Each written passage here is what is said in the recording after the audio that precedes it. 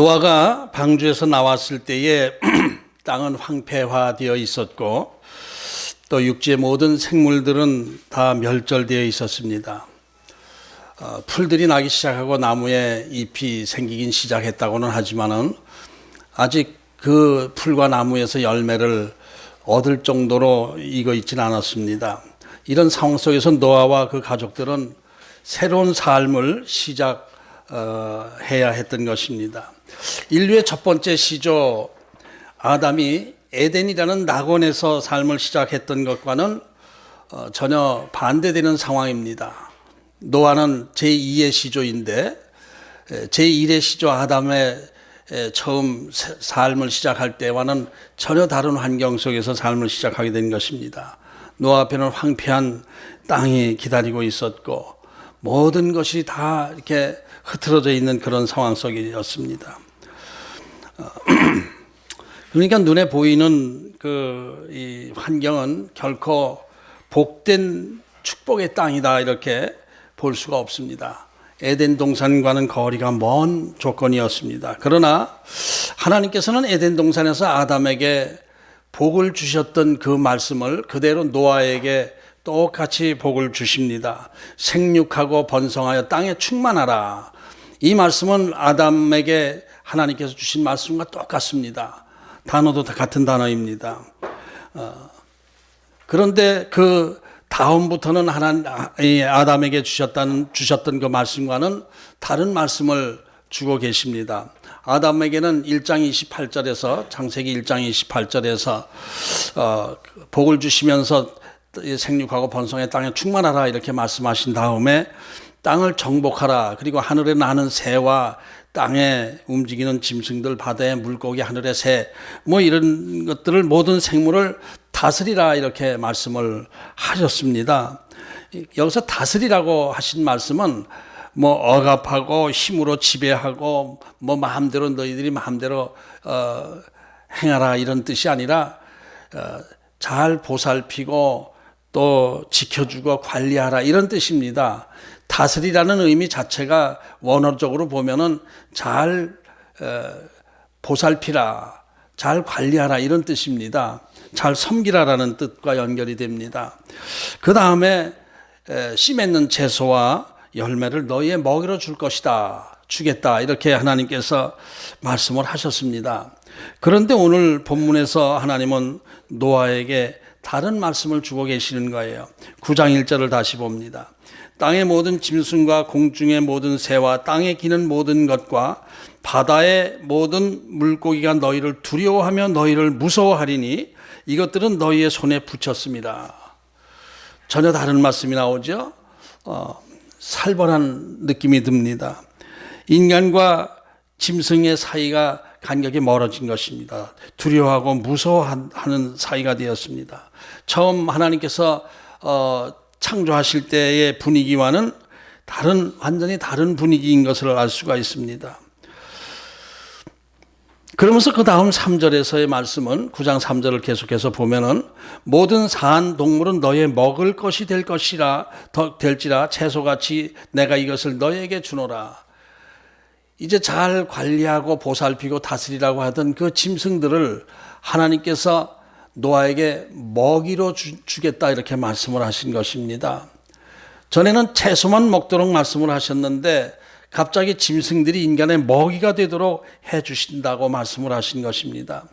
그러니 인간과 짐승의 사이가 간격이 멀어질 수밖에 없죠. 두려워하고 무서워하는 관계가 될 수밖에 없는 상황입니다. 아담 때와는 완전히 다른 분위기입니다. 거칠어진 느낌이고 아주 좀 살벌한 느낌이 드는 그런 말씀이 나오고 있습니다. 하나님께서 인간에게 짐승을 먹을거리로 주신다는 말씀은 오늘 본문에서 처음 나옵니다. 9장 3절에서 짐승을 먹을거리로 준다. 육식을 하라는 말씀은 처음 나오는 것입니다. 그런데 좀 생각을 해봅니다. 실제로 우리 인간들이 그동안 채식만 먹고 살았을까 하는 것. 여기서는 많은 의문이 생깁니다. 가인의 후예들, 하나님을 떠나서 자기 힘을 과시하면서 사람을 죽이고 세상을 정복하고 자기 멋대로 살았던 사람들이 과연 하나님의 말씀대로 채식만 하면서 순하게 지냈을까 하는 것에는 많은 학자들이, 대부분의 학자들이, 거의 모든 학자들이 이것은 좀 아닐 것이다 이렇게 생각을 합니다. 육식을 했을 것이다, 가인의 후손들은. 이렇게 생각을 하고 있습니다. 그런 징후들이 여러 번 이 성경에 이렇게 보여지는데, 홍수 직전까지 가인의 후예들은 목축업이 굉장히 발달해 있었습니다. 목축업이 기업화되어 있었어요. 그런데 이것이 가죽만 필요해서 목축업이 그렇게 발달할 수 있었을까? 가죽에만 소용되고 가죽만 베껴 쓰고 고기들은 다 버리고 한다면은 그 목축업이 그렇게 성황했을까라는 의문이 들기도 하는 것입니다. 성경에 뭐 기록되어 있지 않기 때문에 확실하게 뭐 이렇다라고 말할 수는 없지만은 우리가 추측하기에 가인의 후손들의 그 기질로 봤을 때 난폭하고 힘을 과시하고 내피림이 생기고 뭐 이렇게 했다는 것은 육식과 관계가 있다 이런 생각이 드는 것이죠. 이 근육이 생기고 이 체중이 불어나고 하는 것은 역시 육식을 통해서 되는 것이죠. 내피림 거인들이 생기고 힘 있는 자들이 생기고 이렇게 생긴 것은 육식과 관련이 있다 이렇게 우리가 보는 것입니다. 제가 어렸을 때 누구에게 들었는데 이 싸움하는 소들, 소끼리 싸움하고 그런 것을 시합을 하고 그러지 않았습니까? 시골에서. 그런데 이 시합에 나가기 전에 소에게 뱀 고기를 먹인대요. 뱀을 잡아 먹인대요. 그러면 굉장히 소가 난폭해지고 강해진다고 하는 말을 들었습니다. 그래서 육식이 소도 채식만 하지 않고 육식을 먹여도 그건 소화가 전혀 안 되는 것은 아닌데 그러면 난폭해지고 힘이 강해지는구나라는 것을 생각했는데 이 육식과 그 좀 난폭한 기질 이런 것들은 좀 연결이 되는 것 같습니다. 그런데 우리가 여기서 한번 생각을 해봅니다. 우리의 인간의 체질이 채식성에 합당한 체질일까 육식성에 합당한 체질일까 하는 생각을 해봅니다. 인간의 체질은 원래 채식성에 합당한 체질입니다. 이 창자 구조도 육식보다는 채식에 맞는 창자의 구조고 이빨도 이 사자나 호랑이 같이 날카로운 송곳니가 발달되어 있지 않습니다. 밋밋한 이빨, 이것은 역시 풀을 먹는 풀을 먹기에 합당한 이빨 구조입니다. 그리고 사자나 호랑이 같은 짐승들은 그 체질이 육식만을 해도 몸에 부작용이 생기지 않습니다. 육식만 해도 몸이 건강하게 살아갈 수가 있습니다. 그런데 사람은 채식을 하지 않고 육식만 하면 바로 몸에 문제가 이상이 생깁니다. 괴혈병에 걸리고 각기병에 걸리고 또 여러 가지 부작용이 생기게 됩니다. 사람의 혈관에 또 이 기름기가 끼고 혈관에 염증이 생기고 동맥경화증이 생기고 하는 것들, 이런 것들은 다 기름진 육식을 많이 먹는 데서 생기는 부작용이라고 볼 수가 있습니다. 그런데 사자나 호랑이 같은 육식동물들은 뭐 뇌졸중에 걸리지도 않고 동맥경화에 걸리지 않습니다. 사자는 괜찮습니다. 그것이 왜 그런가 하고 그 분석을 어느 학자가 했는데, 이 육식동물들은 이 몸에서 채소를 먹지 않아도 채식의 주성분인 비타민을 몸에서 생성을 한다고 그래요. 당분을 비타민으로 바꿀 수 있는 기능이 있다고 그래요. 근데 사람에게는 그 당분을 비타민화 시키는 기능이 없기 때문에 반드시 채소를 먹어야 그 채소의 주성분인 비타민을 공급받을 수가 있는 것입니다. 채소를 먹지 않으면 몸에 비타민이 없어서 바로 괴혈병 같은 문제가 생긴다고 하는 것이죠. 비타민의 역할은 혈관을 튼튼하게 하고 뭐 면역성을 길러주고 항산화 작용을 하고 뭐 이제 이런 것들인데, 어떤 학자가 쥐에게 그 비타민 생성하는 그 기능을 빼버리니까 얼마 못 가서 바로 죽더라는 거예요. 사람은 그런 기능이 없어요. 그래서 반드시 채소를 먹어야 되는 것입니다. 그래서 고기 좋아하시는 분들도 채소를 많이 먹으면서 고기를 부수적으로 먹어야지 고기 위주로 먹고 채소를 조금 먹다 보면은 건강에 이상이 생기는 것입니다. 이런 것을 볼 때에 사람의 체질은 원래 채식을 하도록 하나님께서 창조하셨지만은 나중에 이 가인의 후손들을 통해서 하나님의 말씀을 거역하고 육식을 하기 시작하면서 이게 몸에 좀 체질의 변화가 온 것이 아닌가 이렇게 추측을 할 수가 있습니다. 그래서 채식주의자들은 완전히 고기를 안 먹고 채식만 해도 된다라고 주장하고 있지만 뭐 그런 부분은 우리가 여기서 깊이 계산할 건 아니고 채식 우리 몸 자체는 채식 위주의 몸 체질인데 거기에 부수적으로 육식을 좀 먹도록 하나님께서 허락하신 것이다. 이렇게 생각하면 되겠습니다. 그 다음 4절을 보면은 4절에서 이렇게 말씀을 하고 계세요. 그러나 고기를 그 생명되는 피째 먹지 말 것이니라. 고기를 먹도록 하나님께서 허락은 하셨는데 피는 먹지 말라고 말씀하신 거예요. 고기를 먹으면서 그 안에 스며들어 있는 피를 어떻게 먹지 말라고 하셨을까? 또 피가 왜 생명이라고 말씀하셨을까? 고기와 피와 다른 것은 뭐가 있을까? 피도 하나의 고기의 한 부분이라고 생각을 생각이 되는데 피는 생명이니까 피는 먹지 말라 이렇게 말씀을 하신 것입니다. 그래서 유대인들은 고기를 먹을 때 물에 담가가지고 피를 하여튼 고기에서 피를 빼는 기술이 유대인들은 가장 발달해 있습니다.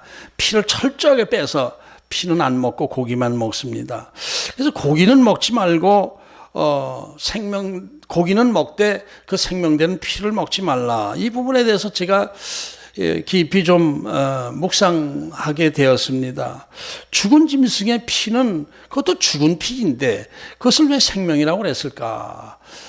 고기는 먹되 그 피는 먹지 말라. 고기는 먹되 그 피는 먹지 말라. 이 말씀을 계속 묵상하는 가운데 퍼뜩 하나님께서 아담에게 하셨던 말씀과 연결이 되는 것 같은 것이 마음속에 떠올랐습니다. 창세기 2장 16절 17절을 보면은 하나님께서 아담에게 말씀을 하시죠. 에덴 동산을 주시고 동산 각종 나무의 열매는 네가 먹지만은 선악을 알게 하는 나무만은 먹지 말라. 먹는 날에는 반드시 죽을 것이다. 이렇게 말씀을 하셨거든요.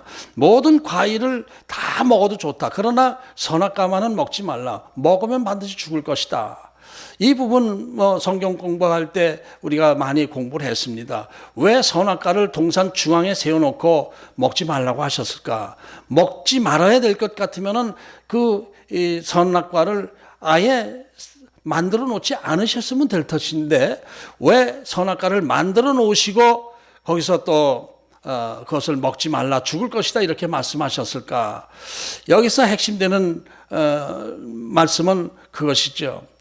만물의 주인은 하나님이시다라는 것이죠. 에덴 동산을 마음대로 해도 에덴 동산에 있는 것은 마음대로 먹고 마시고 관리할 수 있지만은 그러나 이 선악과를 볼 때만은 하나님께서 에덴 동산을 창설하시고 우리에게 맡겨주신 것이다. 이것을 기억해라라는 의미가 있는 것입니다. 에덴 동산의 주인은 아담이 아니고 하나님이신데 하나님께서 에덴 동산을 아담에게 맡겨주신 것이다. 이것을 선악과를 볼 때마다 하나님을 기억하도록 이렇게 해주신 것이다. 이렇게 우리가 해석했지 않습니까? 그리고 또 상징적인 해석으로 생명나무와 선악과를 구분할 때에 생명나무는 영적인 의미가 있고 선악과는 육체적인 먹음직도 하고 보암직도 하고 지혜롭게 할 만큼 탐스럽기도 한 것. 이렇게 해서 선악과는 육신적인 것이고 생명나무는 영적인 것이고 그래서 영적인 것에 관심을 가져라라는 상징적인 의미까지도 우리가 생각을 해봤습니다. 그런데 오늘 본문에서 동산의 모든 과일을 먹되 선악을 알게 하는 나무만은 먹지 말라라고 하신 것과 비슷한 어떤 표현으로 고기는 먹되 피는 먹지 말라 이렇게 말씀을 하신 것이죠. 피는 생명이다라고 말씀하시면서 그렇게 했거든요. 그러니까 이것은 분명히 선악과를 먹지 말라고 한 것과 뭔가 연결이 되는 것 같은 느낌이 들었습니다. 무엇일까? 선악과를 먹지 말라고 하는 것은 만물의 주인은 하나님이시다라는 것을 하나님께서 알려주신 그 표적이고, 피를 먹지 말라고 하는 것은 생명이라고 하면서 피를 먹지 말라고 하는 것은 생명의 주인은 하나님이시다라는 것을 우리에게 가르쳐 주시는 표현이다, 이렇게 생각이 들었습니다. 그러니까 고기는 먹되 피는 어차피 고기 안에 다 섞여 있는 피인데, 피는 생명이니까 그것을 먹지 말라라고 하신 것, 이것은 만물의 주인은 하나님이시다라고 하신 것과 같은 맥락에서 생명의 주인은 네가 아니고 사람이 아니고 하나님이시다, 이것을 우리에게 알려주신 것이다, 이렇게 보게 되는 것이죠. 하나님께서 육식을 허락하셨지만은 짐승의 생명까지도 그 생명의 주인이 하나님이시다, 이것을 말씀하신 거예요. 그것을 잘 기억하라, 이렇게 말씀하신 것입니다. 생명의 주인은 하나님이십니다. 그래서 생명을 우리가 함부로 해서는 안 됩니다. 생명을 귀하게 여기라는 의미까지 그 안에 포함되어 있는 것입니다. 그런데 하나님께서 여기서 좀 더 나아가서 피에 대해서 생각해 봅니다. 하나님께서 우리에게 피는 절대로 먹지 말라고, 그것은 생명의 주인은 하나님이시니까 그 생명을, 피는 땅에 쏟아버려라, 생명을 너희가 마음대로 어떻게 하지 말라, 이렇게 말씀하셨습니다. 그런데 하나님께서 유일하게 우리로 하여금 먹도록 허락하신 피가 하나 있습니다. 어떤 피겠습니까? 예수 그리스도의 보혈의 피, 예수님의 피를 우리에게 주셨습니다. 짐승의 피를 먹지 말라고 하신 하나님께서 예수 그리스도의 보혈의 피를 우리에게 주셨습니다. 추수감사절 때 성찬식을 하면서 예수님의 피를 상징하는 포도주를 마셨죠. 그 피를 우리가 먹음으로써 예수님의 생명이 우리 안에 들어와 예수님의 생명과 연합되어진 생명이 된 것입니다. 피는 생명이라고 하셨으니까 예수님의 보혈의 피는 바로 영원한 생명을 말씀하는 것입니다. 아담이 선악과 따먹고 생명나무를 차단하셨는데, 하나님께서 우리에게 그 생명나무 되시는 예수님을 우리에게 주심으로 해서 우리가 영생의 축복을 얻게 된 것입니다. 이것이 바로 복음입니다. 이것이 바로 하나님이 주신 진짜 축복입니다. 영생의 축복이 우리에게 주신 가장 핵심적인 축복인 것, 여러분 기억하시기 바랍니다. 시편 133편 3절을 보면 이런 말씀이 있습니다. 헐몬의 이슬이 시온의 산들에 내린 같도다. 거기에서 여호와께서 복을 명령하셨나니 곧 영생이로다. 다윗이 그렇게 말씀하셨어요. 다윗이 지금 신앙 고백하는 것입니다. 하나님께서 복을 명령하셨는데 그 복이 곧 영생이다, 이렇게 말씀을 하셨거든요. 그렇게 고백을 했어요. 다윗이 그런 신앙 고백을 했어요. 그러니까 우리에게도 저와 여러분에게 주신 가장 큰 축복은, 하나님이 주신 복은 영생의 축복입니다. 그 영생의 축복을 하나님께서 하나님 자신의 피를 우리에게 주심으로 해서 우리에게 영생의 축복을 주신 것입니다. 오늘 본문 말씀에도 이제 5절 6절에 보면은 4절에 보면은 고기를 피에 먹지 말 것이라. 그리고 5절에 내가 반드시 너의 피, 너의 생명의 피를 찾으리니 짐승이면 그 짐승에게서, 사람이나 사람의 형제면 그에게서 그의 생명을 찾으리라. 이제 하나님께서 새로운 명령을 주시는 거예요. 피를 흘리게 하면은 그 피를 흘리게 한 그 당사자도 피를 흘리게 될 것이다. 무슨 말씀이죠? 사람을 죽이게 되면은 그 사람도 반드시 죽을 것이다, 이렇게 말씀을 하신 거예요. 이게 나중에 율법화가 되긴 하지만은, 그런데 그것이 오늘 처음에 말씀하시는 거예요. 그 전에 가인이 아벨을 죽였을 때 가인 죽이지 않았습니다. 또 라멕이 사람을 죽이고 큰소리 뻥뻥 치고 할 때에도 그 라멕을 죽인다는 말씀이 없었어요. 그냥 벌만 내리셨지. 그런데 오늘은 특별히 사람의 생명을 죽이고 피를 흘리게 되면 그 사람도 죽을 것이다, 이렇게 말씀을 하신 것입니다. 이것이 이 노아에게 주신 말씀, 아담에게 주셨던 축복과 다른 면의 말씀인 것입니다. 마지막으로 7절에서 하나님은 또다시 반복해서 우리에게 축복의 말씀을 주십니다. 너희는 생육하고 번성하며 땅에 가득하여 그 중에서 번성하라 하셨더라.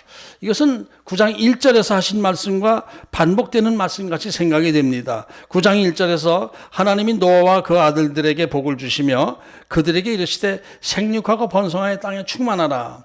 그런데 조금 내용이 다릅니다. 7절에서는 너희는 생육하고 번성하며 땅이 가득하여 그 중에서 번성하라 하셨더라. 이런 그 중에서 번성하라. 이것은 다른 짐승들보다 다른 생명체보다 더 번성하라 이런 축복의 말씀을 주신 것이죠. 왜 이런 말씀을 하셨을까 하면은 생각해 보면은 하나님께서 8장 17절에 보면은 짐승들에게도 땅에서 생육하고 번성하라 이렇게 말씀을 하셨습니다. 땅에서 생육하고 번성하라. 8장 17절 보면은 너와 함께한 모든 혈육 있는 생물 곧 새와 가축과 땅에 기는 모든 것을 다 이끌어내라. 이것들이 땅에서 생육하고 땅에서 번성하리라 하시며, 그러니까 이 다른 짐승들에게도 생육하고 번성하라는 축복을 주셨어요. 그런데 그 생물들을 사람에게 먹이가 되도록 하나님께서 허락하셨지 않습니까? 그것과 연결이 됩니다. 그러니까 생물들, 다른 짐승들이 생육하고 번성하는 것은 하나님의 먹이가 충분하도록 생육하고 번성하게 해주신 거예요. 바다에 고기가 많은 것, 그 고기를 축복하셨다는 의미보다는 사람에게 먹이가 충분할 수 있도록 하나님께서 사람에게 축복을 주신 것이죠. 그래서 하나님께서 너희는 생육하고 번성하며 땅에 가득하여 그 중에서 더 번성하라 이렇게 말씀을 하신 것입니다. 지금 그래서 이 세상에서 이 인류가, 이 인간이 이 세상을 정복하고 있지 않습니까? 번성하는 중에 사람이 가장 번성하고 있는 것, 이것이 다 하나님의 축복인 줄로 믿습니다. 짐승들에게는 생육하고 번성하라라고만 말씀하셨지 땅에 충만하라 뭐 이런 말씀은 안 하셨어요. 근데 사람에게는 충만하라, 더 번성하라 이런 말씀을 하신 것이죠. 특별히 인간에게 이런 축복을 주신 거예요. 그 축복을 주신 것이 6절에 보면은 그 이유를 말씀하고 있어요. 다른 사람의 피를 흘리면 그 사람의 피도 흘릴 것이니 이는 하나님이 자기 형상대로 사람을 지으셨습니다. 하나님께서 사람을 자기 형상대로 지으셨다. 하나님께서 사람을 자기 형상대로 지으셨다. 이 말씀을 다시 오늘 해주고 계시는 거예요. 사람이 그만큼 더 귀한 것이다라는 것을 강조하고 계신데, 사람은 하나님의 형상대로 지음받은 몸이다. 인간이 죄를 짓고 나서 하나님의 형상에 금이 같지 않습니까? 우리 죄 지은 우리 몸은 하나님의 형상이 있긴 있지만은 많은 이 하자가 있어요. 하자가 있는 온전한 하나님의 형상이 드러나지 않고 있습니다. 문제가 많이 있습니다. 짐승의 냄새도 많이 납니다. 그럼에도 하나님께서는 여전히 사람의 생명을 귀하게 여기라고 하시면서 하나님의 형상대로 지었기 때문에 그런 것이다라고 말씀을 주고 있는 것입니다. 그 하나님의 형상이 회복되는 것, 이것이 바로 예수 그리스도의 보혈의 피를 마심으로 이루어지는 것입니다. 피는 생명이라고 했습니다. 생명의 주인은 하나님이시라고 했습니다. 그 생명의 주인이신 하나님께서 자신의 피를 우리에게 주심으로 해서 우리에게 하나님의 생명을 공급해 주신 거예요. 이런 것을 생각할 때 하나님께서 우리 죄 지은 인간들을 얼마나 사랑하고 계신지 하는 것을 생각해야 됩니다. 여인의 후손을 통해서 이 사탄의 세력을 물리쳐 줄 것이다라는 그 약속의 말씀을 지금까지 계속 이루어 주고 계시는 것을 알 수 있습니다. 노아는 지금 황량한 땅을 바라보면서 자기 힘으로 이 세상을 어떻게 살아가야 될지 암담한 상황에서 하나님 앞에 예배하며 하나님을 바라보고 있었습니다. 이때 하나님께서 노아에게 주신 위로와 축복의 말씀이 오늘 본문의 말씀인 것입니다. 생육하고 번성하고 땅에 충만하라. 너희는 하나님의 형상대로 지은받은 것이다. 너희의 생명을 귀한 것이다. 너희의 피를 함부로 흘리지 말라. 반드시 죽게 될 것이다. 이런 말씀을 주신 거예요. 왜 이런 말씀을 주셨을까 하는 생각을 해보니까 노아에게는 어떤 분이 이렇게 얘기를 했어요. 노아에게는 큰 트라우마가 있었을 것이다. 죽음에 대한 트라우마, 하나님의 심판에 대한 공포, 하나님이 언제 나까지 죽일지도 모른다. 이런 공포가 있었을 것이다. 그때 하나님께서 너는 하나님의 형상대로 지은 존재이고 생명은 귀하게 여기는 것이다. 피를 먹지 않는 것, 이 자체가 이 생명을 존귀하게 여기는 것이고 너의 생명도 존중히 여겨줄 것이다. 이런 말씀을 하신 것일 것이다. 이렇게 어떤 분이 그렇게 책에 썼어요.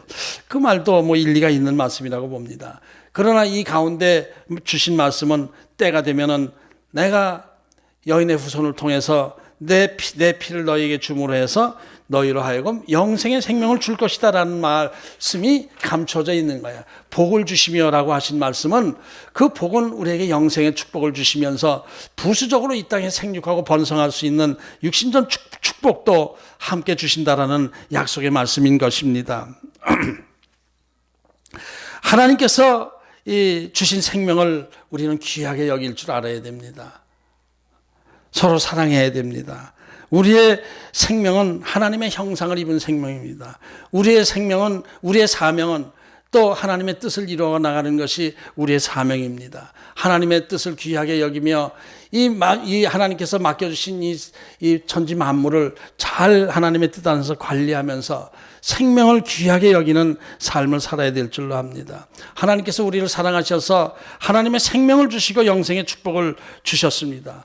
그리고 이 땅에서도 생육하고 번성하고 충만하도록 하나님께서 축복을 주셨습니다.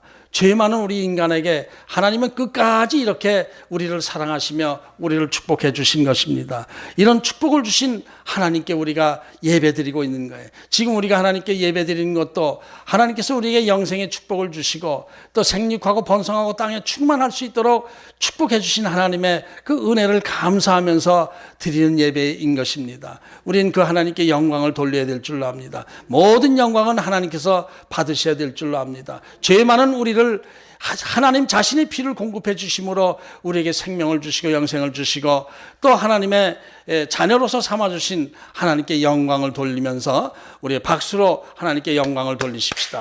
아멘.